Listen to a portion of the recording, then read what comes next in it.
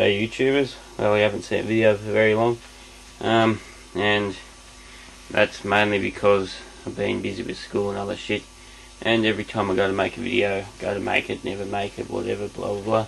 Also, this camera, as you can see, you can't see very much through it, so I've had to set up that spotlight there to show you what I'm about to do. But what I am about to do is replace the wheel bearings in this car, because the left side started clunking, but I pulled in on the right side, so we'll do the right side first. Now, this kit comes with a seal and the two bearings with cups, I would imagine. They all come with cups. I think they're just cheap Chinese bearings, FJB, who knows. Oh no, Japan, Japanese bearings, there you go. Got some decent quality Japanese bearings, which should be what's in there. But I got them for, guess what, $12 a side, 28 or, well, it was 28 bucks a lot with tax, so $12 before tax. But what happens is, I rang up. Originally they want 40 bucks from retail to me, but my friend's mother works at the joint, which I'll choose not. I don't know whether I'd want to be advertised, so I won't advertise them at this point, but yeah, so she works there, so she gets them at their price. So there you go. We've even got seals, so hang on, we'll just take one out and we'll see what sort of quality these are. Well, they look to be fairly decent brand by the look of it, if they're Japanese, real Japanese. It says manufactured under license by blah blah blah blah blah Japan. So alright. And to me that looks like a pretty good unit actually. It's nicely pre-lubed. Oh yeah, that's much tighter than the cheap bearings I put in my friend's Falcon. They were just the cheapest, which come from the same place actually, same price, but these feel a lot tighter, a lot better made actually. Well, they're not very tight that way, but as far as the centre, where the cage sits up against the race there, or whatever you want to call it. So anyway, I suppose what we'll do first is whip this wheel off, which I just noticed has a loose wheel nut. Now, that's definitely not good. Don't know why that is. It might have had a bit of dirt or something behind it when I did it up or something, who knows, but that scared me when I went to undo that. It was just loose. So anyway, we'll stick it up on stands, and start taking the shit off. I better put gloves on. Alright, so taking the caliper off by releasing the handbrake cable and undoing the two bolts there, and taking the bearing cap off, which is probably the most complex part of the whole procedure. Takes a bit of fiddling to get these ones off, they're pricks. But now what I'll do is that circlip. I'll see if I can do this on camera. So I'll undo the circlip. Split pin, not circlip. Right, I'll undo it off camera. We'll take the nut, the piece that slips over the nut to locate the split pin in there, and undo the nut, and we can slide the disc off. So all those wheel nuts, when I looked at them, all of them were pretty, none of them were that loose, but all of them were pretty damn loose, so that scares me. If I hadn't have done this, could have been in a bit of trouble. So anyway, I'll keep going. Alright, here's the messy part. Here's one bearing, which looks pretty damn old. It's Australian, made in Australia, so I'd say that is original. There we go. And that's that. Okay, so as is very irregular with me, the other race shell cup, whatever the hell you want to call it, comes straight out. You put that light where you can see, but that's probably a bit better. I hate this camera, I need to get a decent camera. My other camera takes normal batteries and it runs them out in a couple of minutes, and has crap audio, as you would have heard by the last video, but anyway. So it's, I can't see. Hoping that's where the, here's the little, right, that's one.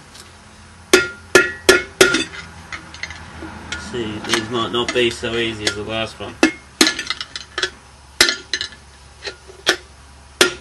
It seems to be moving. It is moving. Is that it? Hey! There you go. There's the mouldy old one. Don't know how bad they are. I won't pick up the camera at this present point in time, but we'll clean all that gunk up and the slurry that's now formed on the floor, as you can see. We'll see how we're going. So I'll have to clean all this shit off. Yay. So I'll come back to you. Okay, so now we'll show putting these casings in properly this time. Not on the floor. First of all, we'll get a bit of grease here and just lightly grease our surface here so that it actually goes in, and will come out in the future.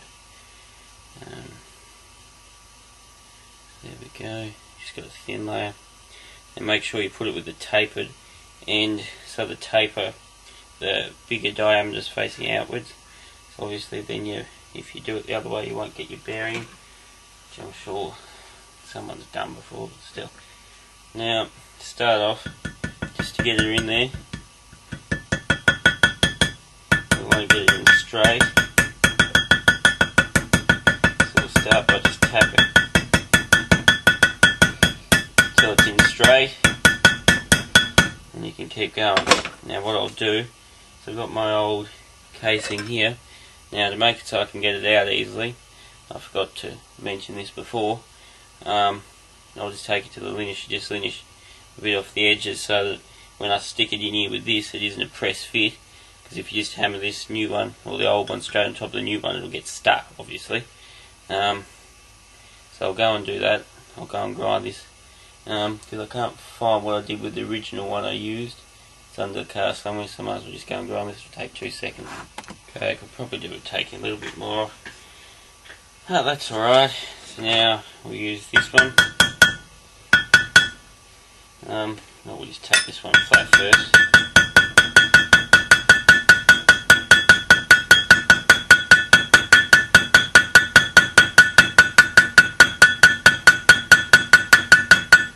Now obviously when you heat beating on here, there is the risk you'll burr it over, but these ones have a nice bevel in them, so you won't do that on these particular ones, but think about that before you hit it. Normally I'd put a bit of hardwood in between, but just so you can see a bit better, I'll exclude that for this shot, because I mean really it makes no difference.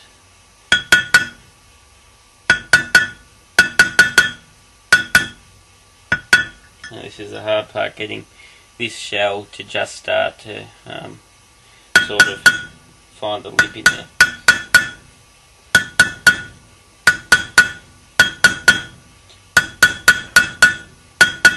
Just beginning to.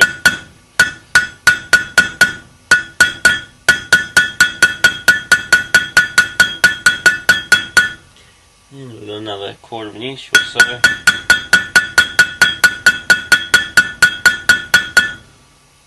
That's almost bottomed out now. Of course, that's still a bit tight in there, so I'll have to get a pair of multi-groups to pull it out, so I'll ground a bit more off, but still. Make sure it's bottomed out. You don't want it with a bit of slop in there. Sorry about my head, but that looks pretty. That's good.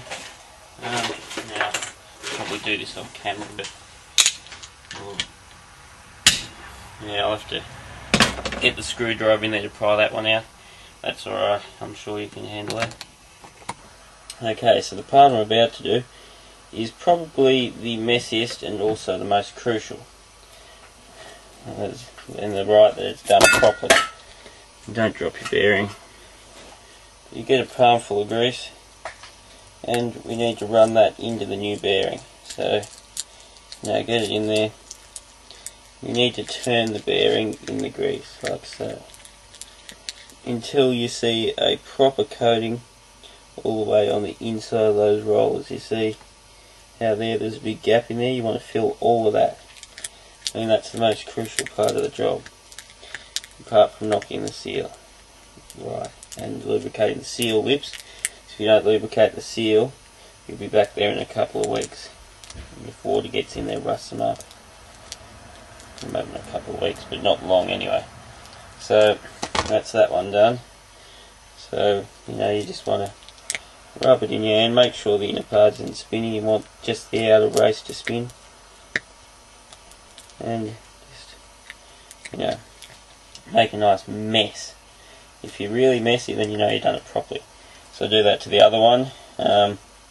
Stick a whole heap of grease in the centre between the two shells. If I can get this, I can't see Jeff. In the shell in between. Do that one. This is the type that you need to have the bearing in before you knock the shell. The bearing before you knock the seal in. And the seal, I'll use the same method that I use for the shells, except I'll do it with an old seal.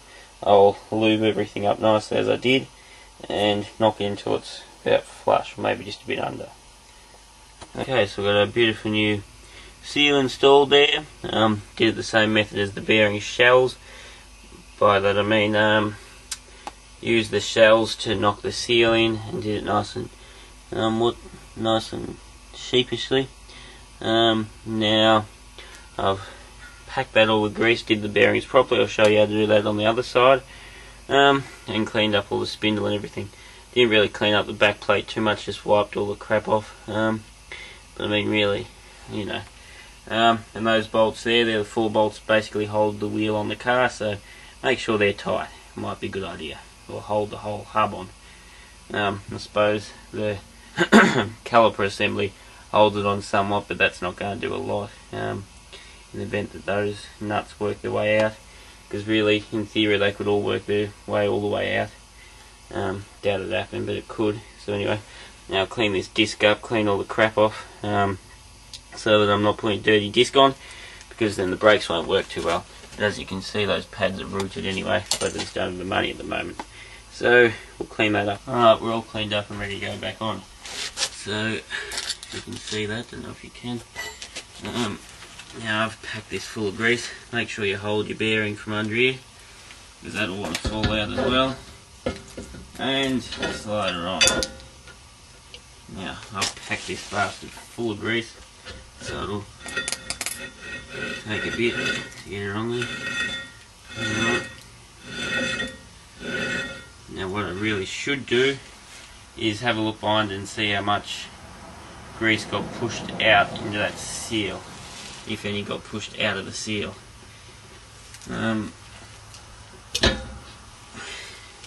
Which, no, none did.